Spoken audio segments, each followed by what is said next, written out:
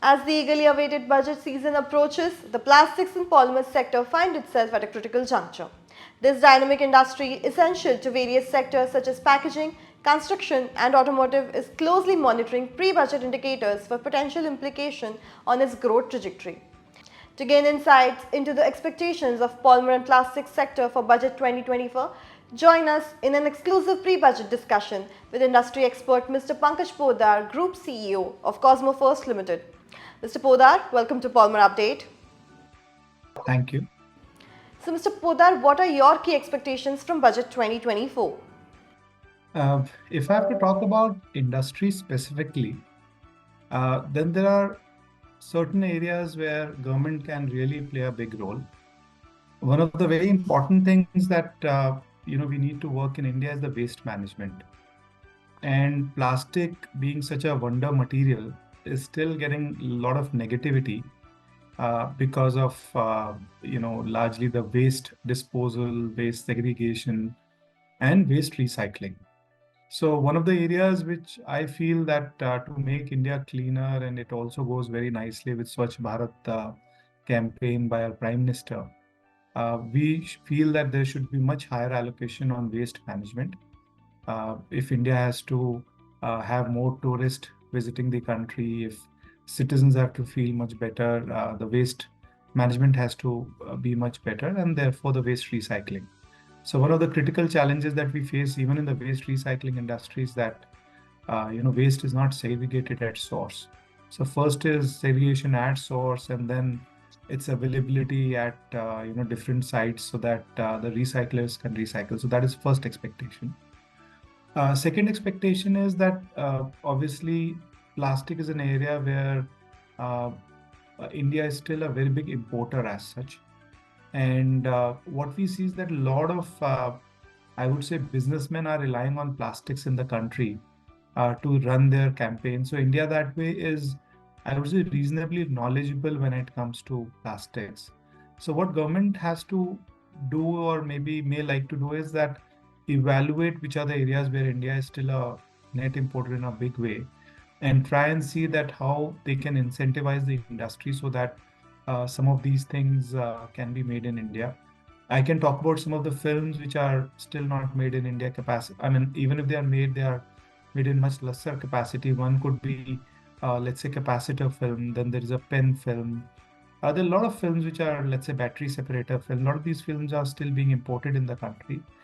And I feel with some government support, either in the form of PLI or some other incentive government can provide, so that these things can be manufactured within the country. There are a lot of polymers as well, which are still being imported. But fortunately now for PVC, Reliance is coming up with a very large capacity, which will to some extent eliminate some of the imports. But even if we remove the PVC part, India is still a very big importer of a lot of these polymers and plastic materials. So that can be the second focus area from a plastic industry perspective. The third I feel is that a lot of youngsters, are not going into polymer colleges because of a lot of negativity around plastics.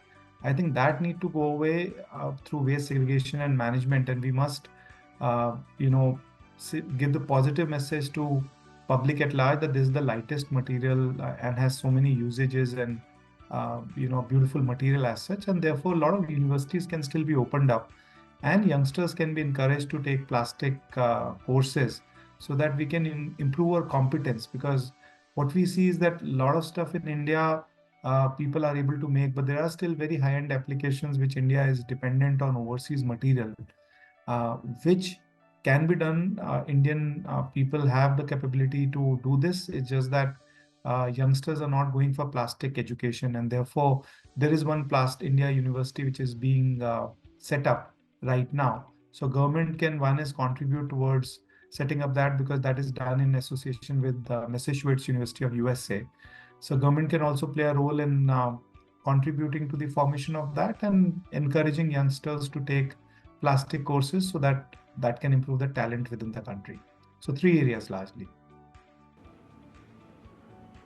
And what role can the budget play in making the plastics industry a dominant player in advancing the Atmanirbhar Bharat initiative? Yes, so as I said, budget can play a very big role. First is from a waste management perspective. Second is allocating more funds to education of plastics. And third is looking at areas where there's a lot of import.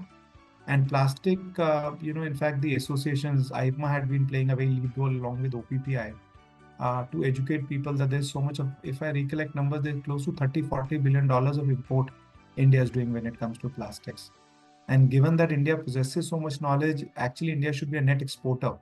If I have to share China numbers, I think China is exporting $200 billion on a net basis, while India is still on a net basis importing 20, $30 billion of plastic material. So there's a huge opportunity for India to grab, and with some government support, I think we can get into the route of exporting more than importing as such. And I think fourth thing which India should do, which I believe is happening in the due course of time, is a lot of polymer production to start within the country. So I do see a lot of PSU companies have shown interest in terms of setting up these polymer capacities, whether it's polypropylene, HDP. So that is already a step in the right direction. And with what I see, the electric cars taking prominence, a lot of the raw oil needs to be converted into polymers or petrochemicals. So I feel that is a step in the right direction, which is happening. It's just that some of these projects can be preponed so that India do not need to be import dependent. The polymers are made locally, and then finished products out of those polymers can be made out of India. What kind of tax reforms and policy support measures do you envisage in the upcoming budget to unlock new trade opportunities for the Indian plastics industry and boost its global competitiveness? So I feel there the only thing which India can look at is that the neighboring country is pushing a lot of plastic products into India. What India can certainly look at is try and see that which are the areas where either the BIS standards can be put or duties can be put. In fact, a lot of these products are manufactured in the country, but because of dumping from the neighboring country, uh, Indian companies are not able to earn enough profit so that they can further invest into expansion and so on. So what I really feel is from a taxation perspective, that could be the main thing. And second thing is I really do not understand why in the past, some of the tax initiatives were taken away from R&D. Uh, India has a lot of engineering talent, and we must promote R&D. So government should, can encourage private sector as well to do more research and give them some kind of incentives. So they are actually looking forward to do research. I still see the balance sheets of so many Indian companies where research is less, though obviously there's an article in the today's newspaper as well that the number of patents filed from India has gone up and it's been going up every year. But I think the potential is far more, and government should look in terms of how they can motivate the Indian public sector, private sector to do far more research than what they have been doing today. In fact, so many Indians are going abroad and doing that innovation. Why can't it happen in the country itself? So, India's export trade has been adversely hit due to the continuing Red Sea crisis. What has its impact been on India's plastic export trade, and how do you see the budget addressing those concerns? So honestly, when it started, I felt exports will go up positively. Uh, I'm yet to see that. In some segments, it has gone up. Some segments, it is yet to go up.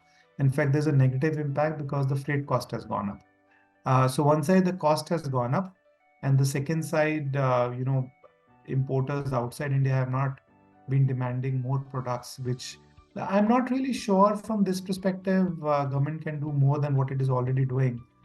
In fact, I could see that regular basis they are capturing pirates and not just helping Indian sailors and Indian ships, but they're also helping neighboring countries.